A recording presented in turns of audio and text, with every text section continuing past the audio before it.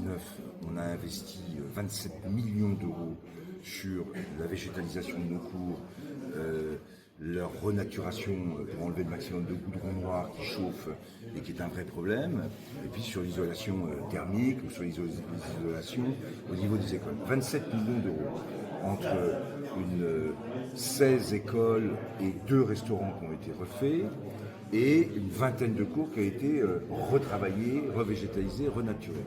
27 millions, sur ces 27 millions, l'État apporte une subvention qui représente à peine 10%.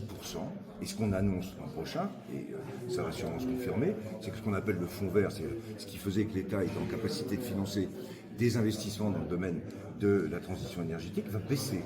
Bon, eh bien, on ne peut pas avoir tous les débats aujourd'hui qu'on a, voir des ministres venir sur les pupitres dire qu'il faut boire de l'eau et empêcher les collectivités de continuer à investir justement pour répondre à des besoins urgents. Alors l'effort sur l'endettement, il va de soi, il faut le faire, mais pas là-dessus.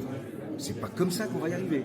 Donc j'appelle à nouveau, et je l'ai déjà fait plusieurs fois, à ce qu'au niveau des associations d'élus, il y ait un minimum de travail qui soit fait pour un contrat avec l'État, qui s'appuie aussi sur l'Europe, parce que le FEDER nous aide, plus que l'État aujourd'hui, pour qu'on ait j'allais dire, un plan, un contrat de plan, la véritable, sur la transition énergétique, et en particulier dans le domaine des écoles. Ça doit se construire, ça doit se négocier, plutôt que d'être tous les jours en train de rappeler qu'avec 40 milliards d'économies, on va être obligé de sabrer dans tous les coins. Eh bien, tout le monde aura conscience qu'aujourd'hui, il y a une priorité, et une fois qu'on a fait ces investissements d'ailleurs, ça permet de faire des économies de fonctionnement ensuite. Donc on y a tout intérêt. Pour ceux qui quelquefois contestent les investissements en disant vous faites trop d'investissements au niveau de la métropole et de la ville, je pense à l'opposition, qu'ils regardent, au contraire, il faudrait investir beaucoup plus.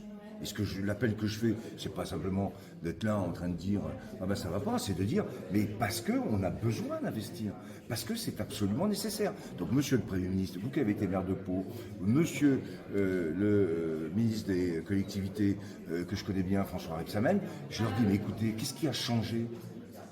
Le fait que vous soyez au gouvernement?